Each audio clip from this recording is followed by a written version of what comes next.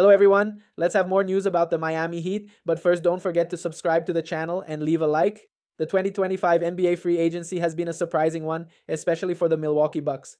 Before they secured their new starting center, Miles Turner, the front office waived the injured Damian Lillard. The 9-time All-Star is rehabbing his torn Achilles tendon and is expected to miss the entire 2025-26 season. However, no one thought the Bucks would let him go with nothing in return. Now that Lillard is without a team, he has the freedom to choose which organization he'll play for next. Despite suffering from a season-ending injury, the former Portland Trail Blazers star is still sought after by most teams, including the Miami Heat. Before landing in Milwaukee, Lillard expressed his desire to play alongside Jimmy Butler for the Miami Heat. Now that Butler is gone, though, the franchise is still interested in the former Weber State guard to be part of their roster. According to the Steinline, the Heat are interested in striking a potential deal with Lillard, even though he'll spend most of the time rehabbing. Additionally, Miami is monitoring Bradley Beal, who's still with the Phoenix Suns. The Suns and Beal are reportedly exploring options on a potential contract buyout. The NBA insiders reported that if Phoenix buys out the contract of the 3-time All-Star, they could add him to the team. The Heat, meanwhile, have serious interest in signing Lillard as well as exploring the prospect of adding a bought-out Beal, yet it's fair to wonder why Lillard would be looking to sign quickly with any team unless he's searching for organizational support as he rehabs from his own Achilles tear, the report read. Now let's go to another video. Don't forget to leave a like. Tobin here with you, and thanks for checking out the channel. Hope you're doing well there. If you guys could subscribe, that'd be great, and appreciate you stopping by. So the Miami Herald's Barry Jackson did a very thorough piece that described the Miami Heat's plan and where they are and a little bit of insight into their thinking. And it was a great article by Barry Jackson. He did some real thorough, great reporting on this. So, hey, appreciate the word from Barry Jackson and where the organization is standing right now and what they're trying to do with this situation that they're in. And I guess the thing out of the box that was described by Barry is that the team is going to go into a youth movement, that is what they're going to lean into, which I do like the sound of that. My whole point a couple of weeks ago when I went onto my rant is they do feel a little directionless, and I don't understand what this roster is. I don't understand why they didn't go harder after Kevin Durant. This article said that they didn't think that they were ever close on Kevin Durant. And obviously with what they offered, they probably never were. Why they decided to be in the negotiations as long publicly as they were, I don't know, because I think that definitely drew the ire of the fan base. But this was from Barry. It said, though it hasn't publicly been stated the Heat actually has a plan, it's probably the more realistic one at this point, though it will be unsatisfying for some. According to people with direct knowledge, Miami's intention is to, quote, let our young guys show what they can do and see what the team looks like with Eric Spoelstra having a full training camp with the Jimmy Butler distraction in the rearview mirror and with Kasparis Jakučiūnas added to the core of young players, which the organization believes has a big upside. Also said in the part 2 of the plan, which is to pounce on any star if a star becomes available, blah, blah, blah, blah, blah. The article, so let's start off there. If that is the case, I think that's positive.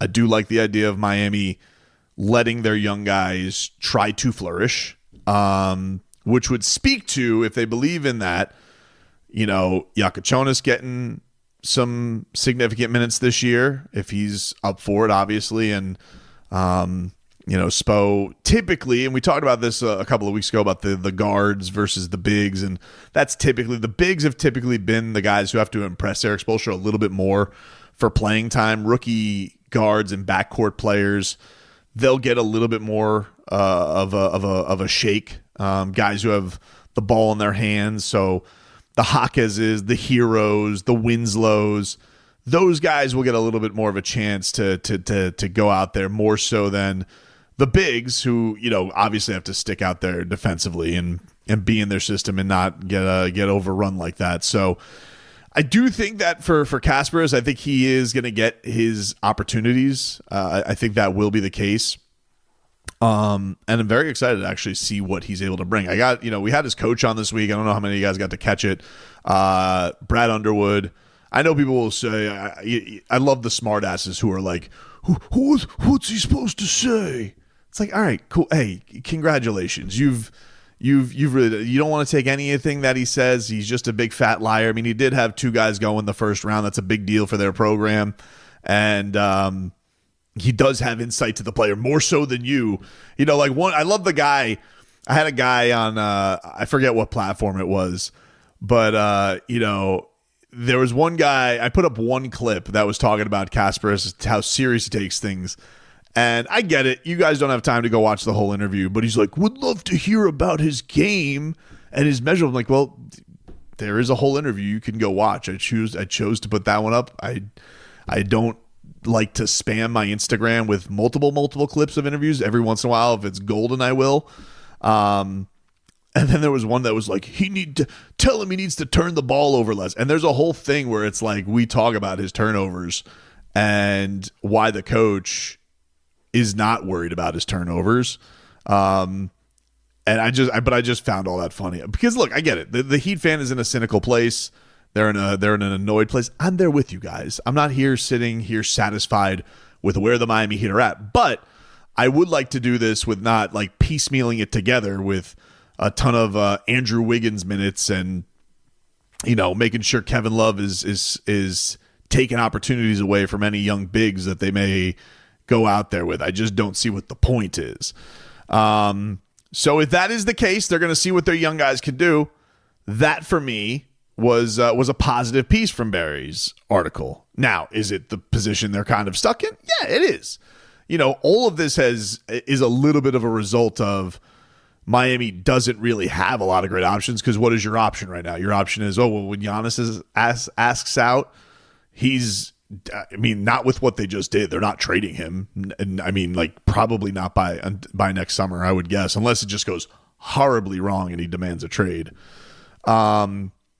Zion's not leaving New Orleans. Ja Morant's not leaving Memphis. There's just not a lot of guys that you would get that juiced up over. That's why I was into the Kevin Durant because, one, I still think he's an excellent player. And two, my whole thing was pairing him with Bam and Tyler and doing that in regard to knowing that, hey, you guys haven't really given Nikola Jovic like the full endorsement of a role. So I know that's a little bit of a strange fit, especially with the emergence of Kel'el Ware.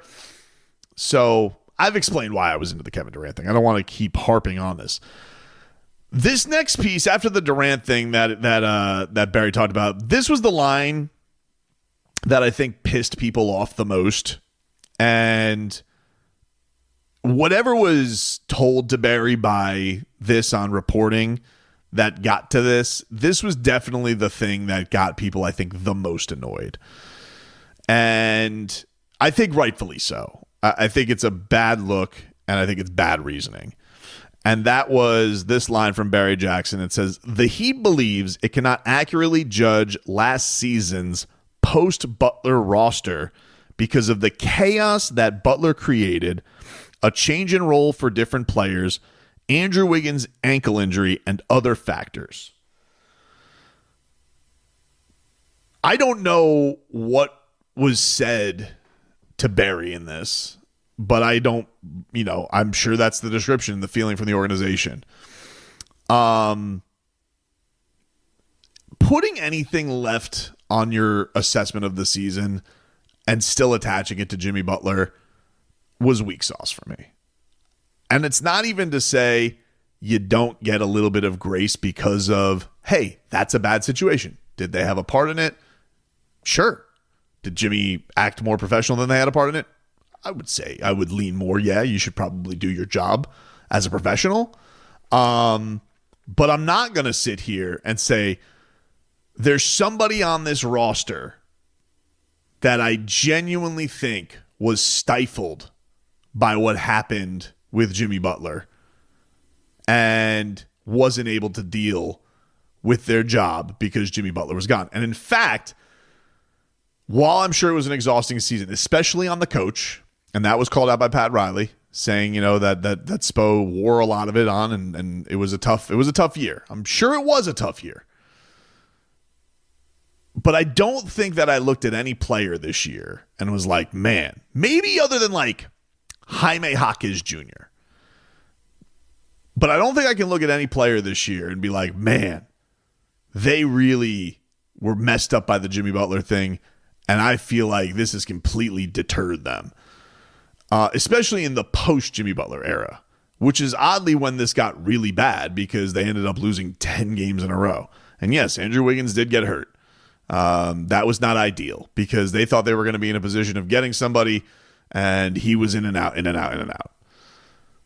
But nobody wants to hear that you don't have an accurate assessment because let's be real about it, guys. The assessment of this roster was 37 wins and a longest losing streak in that coach's tenure.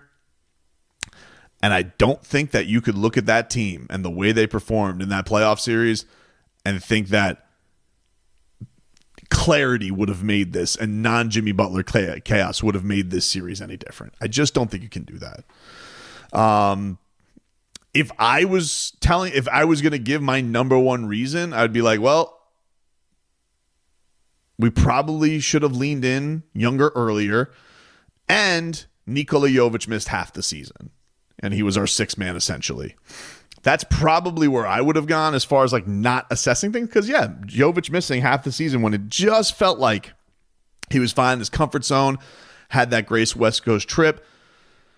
To me, I looked at that and I was like, yeah, that's an undersold, that's an underthink part of the story. Like if I look back a year ago and you talk about the Miami Heat really couldn't assess themselves, you could actually have a case of it because Jimmy Butler got hurt in the play-in game. Terry Rozier busted his neck. Duncan Robinson's back was shot. You know, you could legitimately look at some of those things and be like, yeah, we didn't really get an assessment of it. But then you went into a summer of chaos where you didn't want to pay Jimmy Butler. I just think that coming off and saying that we couldn't handle the chaos of Jimmy Butler when all you guys talked about afterwards was clarity and having it behind you. You kept using the word clarity and the results didn't bear out that clarity was beneficial. So it was either BS or this is now spin and you're trying to use the Jimmy Butler card. And I just think it's time to get away from that. It's over now. I don't think it's a good look on the Miami Heat to do that. They did this already once in their history with LeBron. And with LeBron, it led to the eventual departing of Dwayne Wade because things got too personal.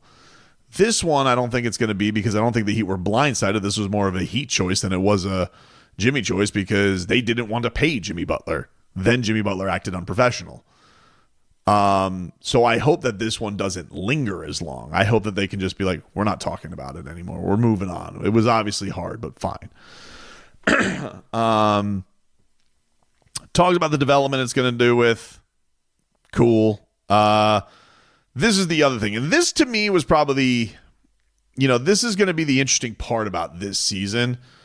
It said, would Miami part with several of its pieces of its young core for its prime star? I believe so, but the Heat wasn't going to do it for a star in its mid-30s. Meanwhile, a source with direct knowledge said the Heat has given no consideration to trading Bam Adebayo and Tyler Hero and essentially starting from scratch with a treasure trove of picks likely it could acquire from dealing Adebayo.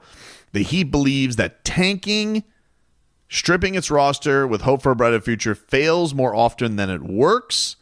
That is not a philosophy the organization plans to rethink. The Heat currently has 2 tradable first-round picks, 2030 and 2032, or just 2031. So I get that that's the Heat's philosophy. The Heat don't believe in tanking. They never have believed in tanking. They hate tanking. And I don't even think the Heat, I didn't want them to go into this year tanking. I don't want them to go in here like, hey, we're going to start Vlad Golden all year. We're going to trade Bam, start Vlad Golden. That's, we're going to do, we're going to start Keyshawn Johnson, trade Bam charts and play Keyshawn Johnson and sign Isaiah Stevens. And that's our backcourt. We're going to trade them both. And we're just going to really screw the pooch on this thing. So I don't want that to be the case. But what I do hope the Heat recognize is if we do go into a year and it is going a little bit sour and if it isn't going great, that is the benefit of them having their own pick this year. Like, this is where they got the wiggle room. Now, and a lot of teams are thinking like this. I mean, go look at what Boston's doing. Go look at what Indiana's doing. And they're both already hitting the reset button, and they've been further recently, more so than the Heat, because the Heat's time has passed, and the best player they had on their finals team is gone.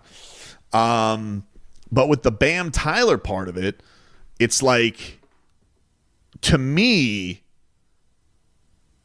the thing I'm going to find fascinating about this season between both of those guys, Bam is going to be 28 next month, and we know that Bam can be a big piece on a team that goes deep in the playoffs.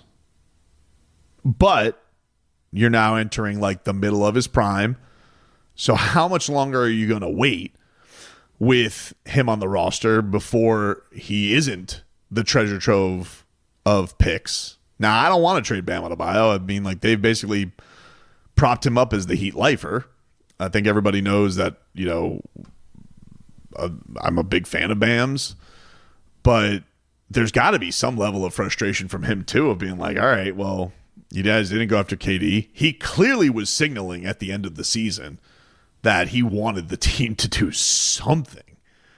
And I'm sure he's been frustrated for some time now, because a lot of these guys, as much as people talk about Jimmy Butler, a lot of these guys want to play with him.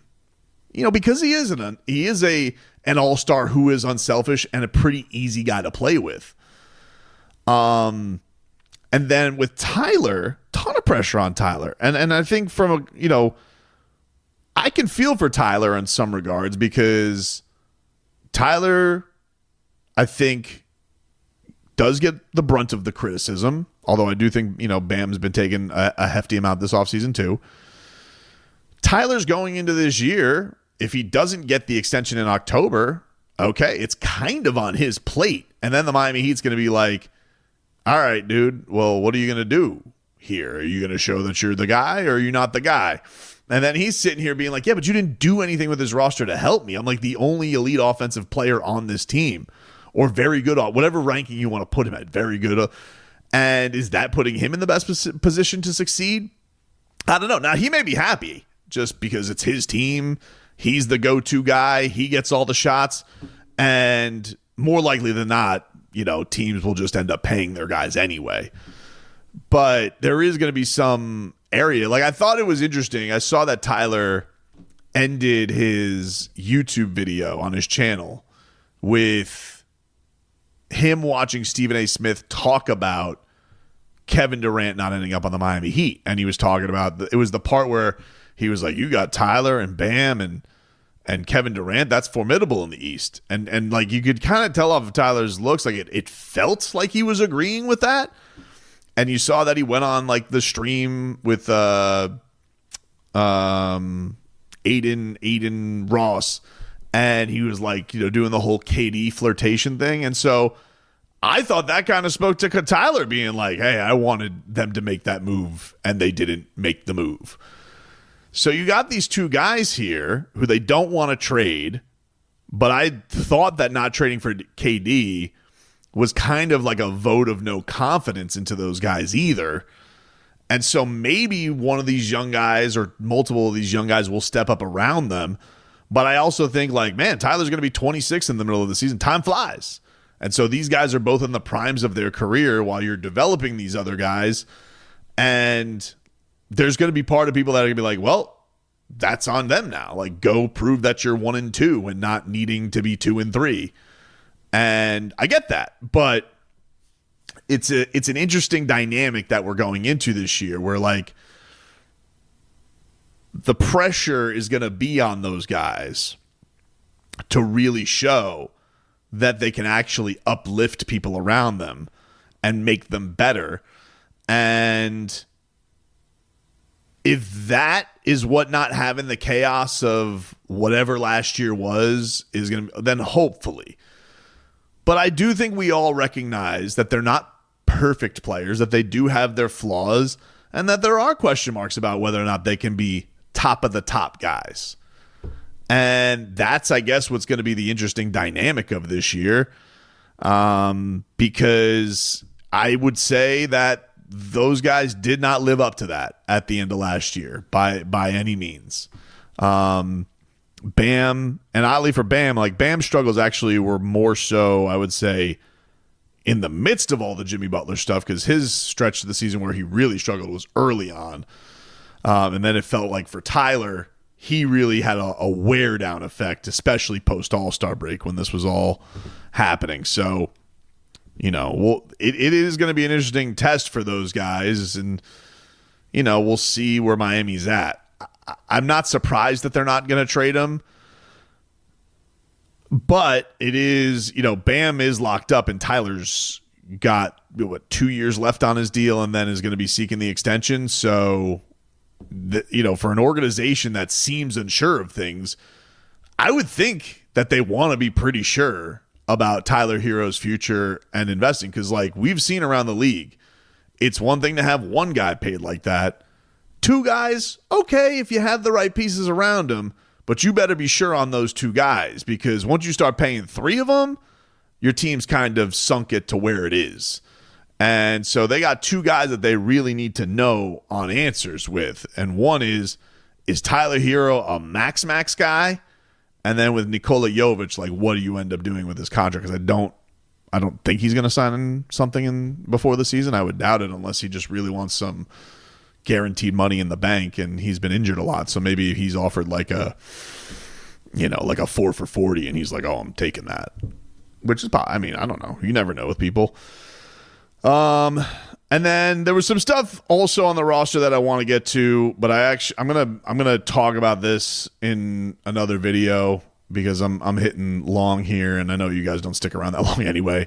But I'm gonna do another video because there are a lot of Andrew Wiggins rumors circulating today, particularly with the LA Lakers. So I'm gonna do another video on that. I'll throw in the stuff on Wiggins from this article because I didn't know the stuff in the Wiggins on Wiggins in the Barry Jackson article, I kind of felt was smoky. I was like, that kind of feels more to me like they're playing poker than it is their genuine feelings on him. But all in all, for the Heat, thing I like leaning into the youth. Happy with that. I think that they should probably find a home for the guys who aren't part of the youth. A lot of pressure on Bam and Tyler this year. And they got to figure it out. I hope that this year ends with the Heat having a final verdict on both of those guys on what they want to do. Do they believe in them as top guys, or do they not believe in them as top guys? And I need the team to stop bringing up the Jimmy Butler thing. It's exhausting. We've all talked about it. You guys are a strong, well-built organization. Stop talking about the Jimmy Butler thing. Stop having it leaked. Even if it is your feelings, keep it inside. Unless you're going to give actual examples. This is the one thing that's been frustrating is everybody's just been like, chaos. How he was handled, a lot to walking on eggshells. Give actual examples of it, leak actual examples of it to give some credence to that, or shut up about it because it sounds soft to people. And nobody wants to hear that. They want to know that you're ready to move on from it, and this isn't something that's going to keep lingering. Because, look, ultimately, the Jimmy Butler era ending the way that it is, and it's interesting that this is, the end of the Dame week. This whole window closed 2 years ago. It was over. Once Damian Lillard, this week, 2 years ago, when Damian Lillard wants to get to Miami, and we think all summer they're going to get him, and he's going to be the final piece. And they're probably going to move on from Tyler. But this is going to be their final piece to push him over. And you don't. And it goes to one of your rivals, and then one of your other rivals gets even better. The Miami Heat have been watching teams get significantly better around them, or at least taking swings to get significantly better up and down the conference. There's probably the Hornets and the Wizards have taken less swings than Miami. Everybody else pretty much has done something. The Knicks, done a ton of trades. Pacers, Pascal Siakam. Bucks, Damian Lillard. The Celtics, Drew Holiday, Kristaps Porzingis, and now have traded both of them and have moved on. They got their gold and they moved on. Cavaliers, traded for Spida and added added pieces around them with Max Strus and DeAndre Hunter and tons of moves there. Detroit is now starting to move in, and hell, they got Duncan Robinson from you. Everybody in this Orlando trades for Desmond Bane. The Hawks, ton of moves. Everybody is doing some kind of significant upgrades, at least around their all-stars to give them a chance. Because you don't think, the Hawks have the same questions around Trae Young that the Heat do about Tyler Hero. And, at least they're going to go on down swinging a little bit. So the Heat kind of want to I guess the only other team is the Bulls. And even the Bulls traded away Zach LaVine and DeMar DeRozan, so I can't even say them. So, but they didn't try and improve. They were trying to cast off, so I'm not going to count them. My point being is, all right, that Damian Lillard thing stuck the dagger on the Jimmy Butler Heat. They tried to put a brave face on it for the next year. Tyler Hero dealt with injuries. It was a snake bit final Jimmy Butler year. Tons of injuries. That one, I'll give you excuse. Tyler Hero got hurt. Terry Rozier got hurt. Jimmy kind of half-assed it. Then he was going to turn it on. Then he got hurt. And Duncan Robinson got hurt. And you made one of the worst, most desperate trades in franchise history. So it's time to move on from that. It's time to accept that era is done. So whatever this remnants is this year, get a final answer. And especially on Bam and Tyler. And think about, what do you believe those guys to be? What are you going to do to either invest around them or move on from them? Because when I talk about pick a direction, that's what I'm talking about. Are you going to build around those guys? Or are you going to move on and find something else and pick a whole new direction? Because it feels like you got to pick one or the other. It feels like you got to go in one direction or the other. And I think that's where everybody's frustration is at. So, cool. Lean young. Lean as young as you can. Get answers. Fix Jaime Jaquez Jr. Get the most out of you can out of Kasparas Giacochonis. Give Nikola Jovic confidence in a real role. Make sure Kalel Ware can continue to progress forward. Pelle Larsson, let's see what he can do. Keyshawn Johnson, let's see what he can do. Everybody else that's in the way of that, I don't see what the purpose is of them this season. All these guys, because Bam and Tyler, they got enough veteran leadership experience amongst them, and you got Kevin Love hanging around somewhere. There's your veteran leadership that you have. But anybody who's not part of that, I don't really see the purpose of them this year. Respectfully. I'm just I don't see the point. Get answers. If you're not going to win, then get some damn answers. Because right now, this is where you're stuck at. So let's see if they can figure some things out. Because look, right now I think they know. They're in a little bit of a holding pattern. They don't really have any plan. Their plan is, we should play who we have. Told by Pat Riley that they weren't going to run it back. That seemingly right now is a lot. Now, maybe this can still be a good offseason for him. And there are going to be... The Miami Heat missed out on acquiring Kevin Durant. The superstar forward is teaming up with Ime Udoka and the Houston Rockets. Therefore, Miami must find another way to retool a roster that got bounced in the opening round of the 2025 NBA playoffs.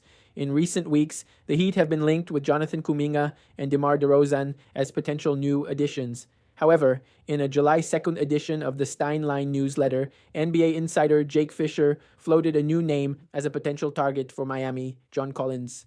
The Miami Heat are an oft-mentioned potential Kuminga suitor and do have a clear need on the wing between All-Star guard Tyler Hero and All-Defensive Team big man Bam Adebayo, Fisher wrote. The Heat have also been linked to Kings scoring guard DeMar DeRozan by various league sources and likewise mentioned as a potential destination for Utah's very available John Collins. Collins would bring athleticism, floor spacing, and rebounding to Eric Spoelstra's rotation. He could slot into the frontcourt next to Bam Adebayo, adding a new dimension to how the Heat looks to play. Collins is in the final year of his current 5-year, $125 million contract. He recently picked up his player option for next season. Therefore, he should be easily obtainable, should the Heat show a genuine interest. On Tuesday, July 1st, the Milwaukee Bucks made the shock decision to part ways with Damian Lillard. They waived and stretched his contract, making him an unrestricted free agent. According to Tim Reynolds of the Associated Press, the Heat will be among the several contenders who are interested in scooping up the best free agent point guard. The Heat, this is no surprise, are expected to have interest in Damian Lillard, who very surprisingly now holds a lot of cards he didn't expect to hold, Reynolds reported via X. And you, fan, what do you think about John Collins' situation? Leave your opinion in the comments.